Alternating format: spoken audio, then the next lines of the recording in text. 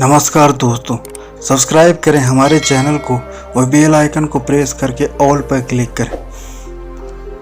आज हम आपको सुनाने जा रहे हैं एक पौराणिक कथा। भगवत पुराण के अनुसार क्यों होता है महिलाओं को मासिक धर्म, तो चलिए जानते हैं। क्या आप जानते हैं कि महिलाओं को होने वाले मासिक धर्म का पुराणों में उल्लेख शामिल है? उन्हें मासिक धर्म क्यों होता है, इस पर एक पौराणिक कथा भी मौजूद है जो इंद्रदेव से संबंधित है। भागवत पुराण में वर्णित एक कथा के अनुसार एक बार बृहस्पति, जो देवताओं के गुरु थे, वे इंद्रदेव से काफ़ी नाराज हो गए।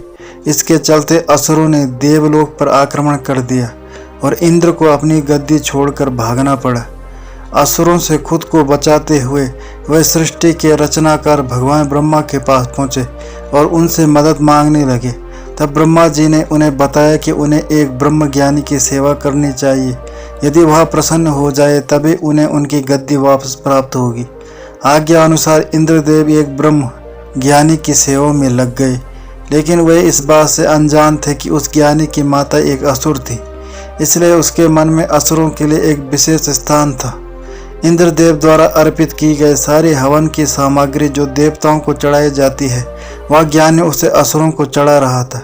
इससे उनकी सारी सेवा भंग हो रही थी। जब इंद्रदेव को सब पता लगा तो वे बेहद क्रोधित हो गए और उन्होंने उस ब्रह्म ज्ञानी की हत्या कर डाली। एक गुरु की हत्या करना घोर पाप था, जिस कारण उन पर ब्रह्म हत्या का पाप आ गया। ये पाप एक भयानक राक्षस के रूप में इंद्र का पीछा करने लगा। किसी तरह इंद्र ने खुद को एक फूल के अंदर छुपाया और 1,00,000 साल तक भगवान विष्णु की तपस्या की। तपस्या से प्रसन्न होकर भगवान विष्णु ने इंद्रदेव को बचा तो लिया, लेकिन उनके ऊपर लगे पाप की मुक्ति के लिए एक सुझाव दिया। इसके लिए इंद्र को पेड़, जल, भूमि और स्त्री को अपने पाप का थोड़ा थोड़ा अंश देना था। इंद्र के आग्रह पर सब राजी तो हो गए, लेकिन उन्होंने बदले में इंद्रदेव से उन्हें एक वरदान देने को कहा। सबसे पहले पेड़ ने उस पाप का 1/4 हिस्सा ले लिया, जिसके बदले में इंद्र ने उसे एक वरदान दिया।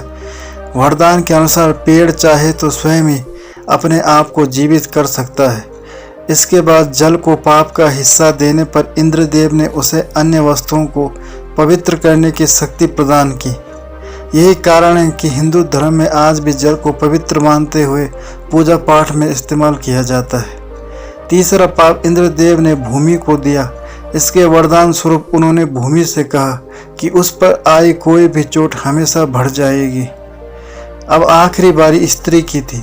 इस कथा के अनुसार स्त्री को पाप का हिस्सा देने के फलस्वरूप उन्हें हर महीने मासिक धर्म होता है, लेकिन उन्हें वरदान देने के लिए इंद्र ने कहा कि महिलाएं पुरुषों से कई गुना ज़्यादा काम का आनंद उठाएंगी।